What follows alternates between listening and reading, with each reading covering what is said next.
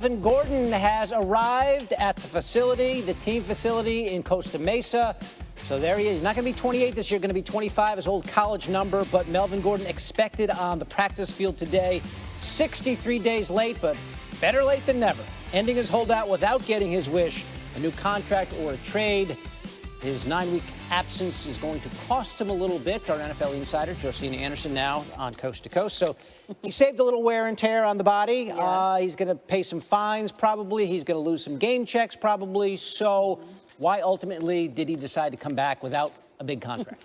2 words. Things change. And also, he's a footballer, and he misses the game of football. Listen, it doesn't help when Justin Jackson and Austin Eckler are combining for over 100-plus rushing yards in 2 of the games. I think in the last game against Houston, both were combined under 70. But ultimately, someone told me via text, he feels like he can demonstrate his value the best when he is on the field.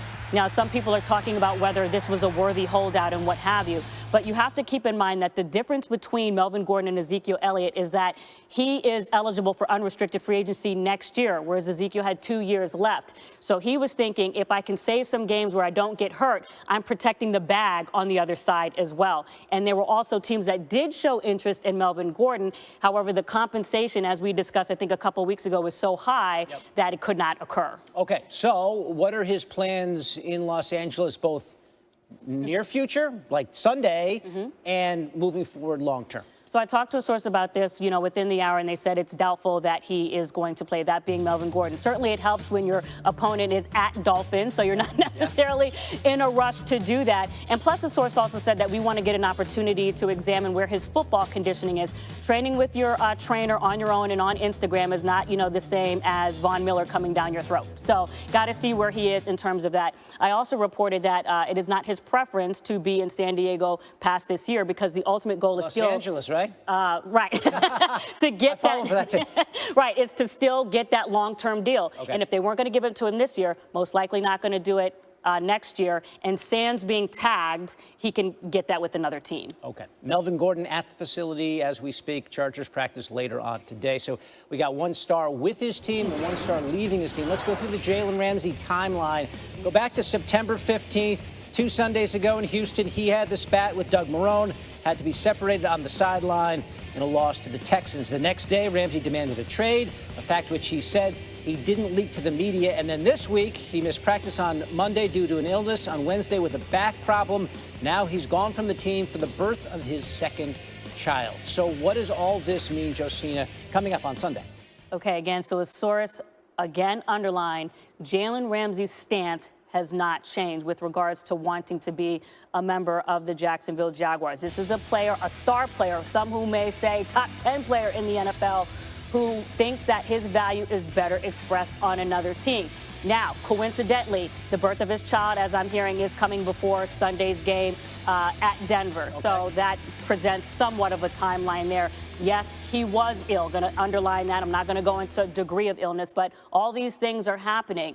Now it's up to Jalen Ramsey and the team to determine which side is going to relent first. Because as we underlined just a couple minutes ago, Jalen Ramsey is still under contract. So although he wants to be with another team, he can't force his way there. But we also have to see how long are the Jaguars going to deal with the situation. What's their fatigue level? Yes. Can they win without him? Right. How long of a leash do they give him? If his child is born today or tomorrow and he doesn't show up on Sunday, what do they do? So it's a kind of a murky situation. And his leverage can raise while he's out as well in terms of how much you need him. Yep. DJ Hayden and those guys have to step up in his absence. All right. We'll be watching this. Josina giving us the very latest on the situation with Ramsey there and the Jags. Carrie? All right, David. So through the first 3 games of the season, the Eagles lead the league in drops. 11 in all, including 7 in a loss to the Lions. But remember, they were missing their 2 best wideouts in Alshon Jeffrey and Deshaun Jackson. Jackson is ruled out tonight with an ab injury, while Jeffrey is expected to be on the field. Here's our Sal Powell with their plan to autocorrect against the Packers tonight. It's not that the Eagles lost at home on Sunday to Detroit. It's the way they lost. Rookies fumbling. Sanders again. Big surge by the line that time. Lions came out of there with a football. They say it's theirs. That is 2 fumbles on this drive by the rookie Sanders. and veterans letting the game slip through their fingers. The ball was in his hands, and he simply dropped it. It's dropped by Goddard. It was a touchdown, and he dropped it. Now, on a short week, the Eagles must go into Lambeau to face the 3-0 Packers on national TV. Honestly, really excited to be on national television again and get the last game out of our mouths and go show what we can do. It's up to Carson Wentz to get the team and the season back on track. First up, eliminate the sloppy play. We're going to keep building those guys up and keep telling them, hey, the ball's coming right back to them. That's kind of the mindset that we have around here, and we're all going to make mistakes. We just got to learn from it and keep getting better with it. And I'm going to keep trusting them and giving them chances to make plays, and I'm confident that they'll make them. I think it's a test of our entire team. I think it'll reflect a lot about our leadership. It'll reflect a lot about our coaches and who we put on the field. Obviously, 1-2, not where we thought we would be, not where we want to be, but still 13 games to go. The season hasn't been decided by any means. We're not really looking at this as a bad spot. We're 1-2, yeah, but we have a lot of the season left. Little things here and there in each game that we know we're going to get corrected, and we're going to be in a good spot. And like I said, we're excited Thursday night to go show what we can do and get going back in the win column.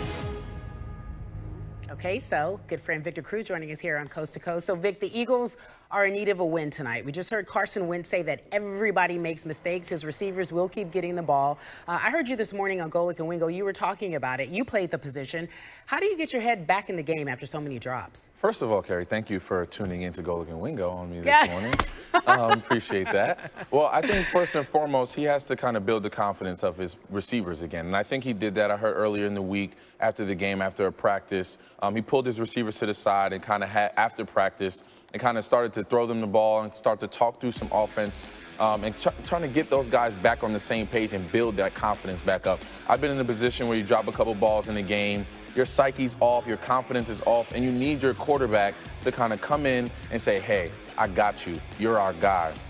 We're going to need you to win football games, and you're going to have to catch the ball for us. And it's that confidence that you need as a receiver to say, okay, I know I had some drops, I know I had a bad game, but I need to shake this off because my quarterback and my team is going to continue to depend on me moving forward, and I got to make plays.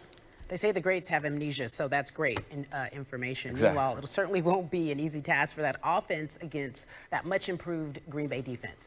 In your opinion, what have you seen? What stands out about the Packers D? Well, first and foremost, you got to look at the Smiths. You got to look at Preston and Zadarius Smith. Those guys combined for 7.5 sacks right now in the early part of this season, and they're getting to the quarterback, and they understand that they need to get to the quarterback to help that secondary out so they're not back there guarding and defending for long periods of time, because that's how plays just open up. I think that front seven is getting to the football, they're getting to the quarterback, they're running around, they're making tackles, and in turn, you're seeing Aaron Rodgers. I know he got off to a slow start, but they're 3-0, and I think they're trending upward, which is exactly where Green Bay wants to be.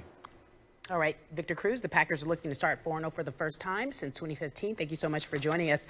Ahead on SportsCenter Coast to Coast, the Cowboys' undefeated record on the line in New Orleans on Sunday. How Dallas is getting ready for a tough test. That's coming up a little later. Melvin Gordon has arrived at the facility, the team facility in Costa Mesa. So there he is. He's not going to be 28 this year, going to be 25, his old college number. But Melvin Gordon expected on the practice field today. 63 days late, but better late than never. Ending his holdout without getting his wish, a new contract or a trade. His 9-week absence is going to cost him a little bit. Our NFL insider, Josina Anderson, now on Coast to Coast. So he saved a little wear and tear on the body. Yes. He's going to pay some fines, probably. He's going to lose some game checks, probably. So why ultimately did he decide to come back without a big contract? 2 words. Things change. And also, he's a footballer, and he misses the game of football. Listen, it doesn't help when Justin Jackson and Austin Eckler are combining for over 100-plus rushing yards in 2 of the games. I think in the last game against Houston, both were combined under 70. But ultimately, someone told me via text, he feels like he can demonstrate his value the best when he is on the field.